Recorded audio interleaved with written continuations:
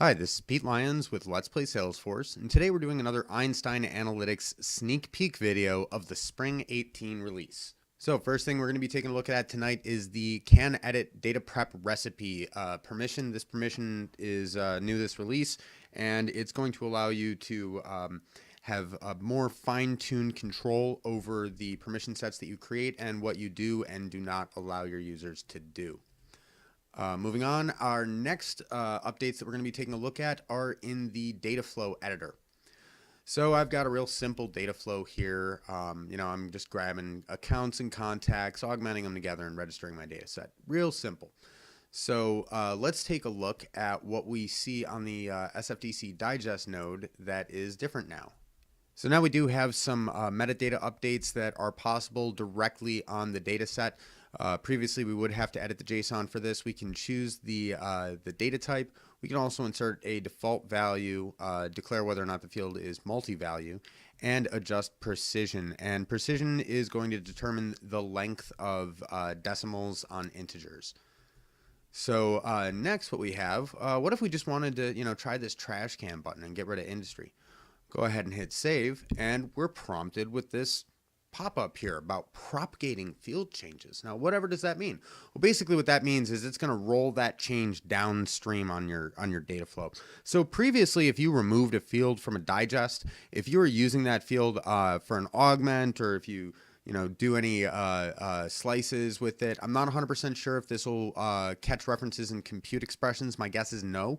But it will allow you the option of propagating all those features downstream.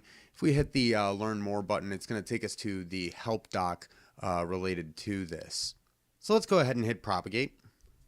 And now if we update our data flow, look at that. We now have a Run Data Flow button directly from the data flow editor.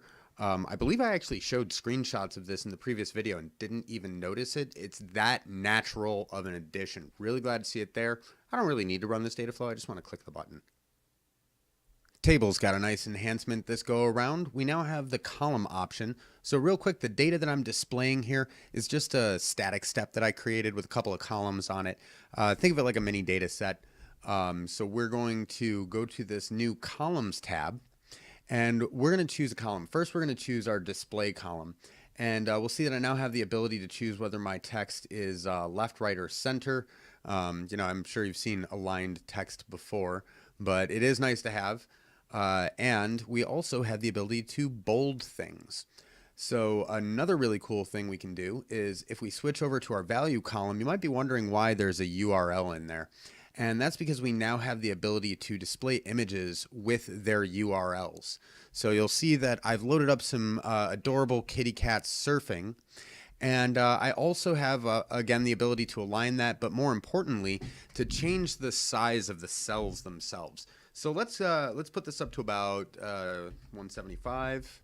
And then we'll notice though that the pictures didn't get any bigger because it is going to enforce the aspect ratio, which in my opinion is preferable. I never want to stretch images. So now I've got my table here with my kitty cats, and let's see what we can do with that number column.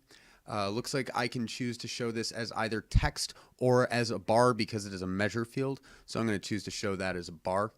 Doesn't look like we can change the colors of that, but we can change the cell backgrounds.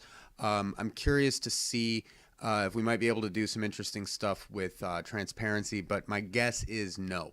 So while normally in my home we have a strict policy of no cats on the table, I decided to let it go because this dashboard is just looking so good right now.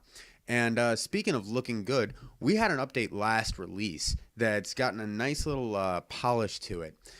Previously, we did get this as of the previous release. It was a really awesome feature to finally have, because of the wonderful placement of Control E relative to Control W and Control R.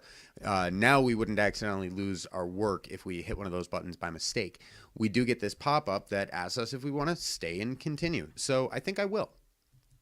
So while we're here, let's take a look at anything else in the Dataset Explorer that we didn't cover in the last video.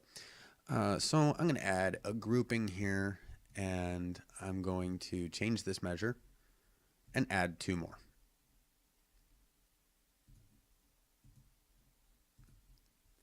So another cool update that we got, the ability to sort by header. And do those transitions look a little bit different? I think they do.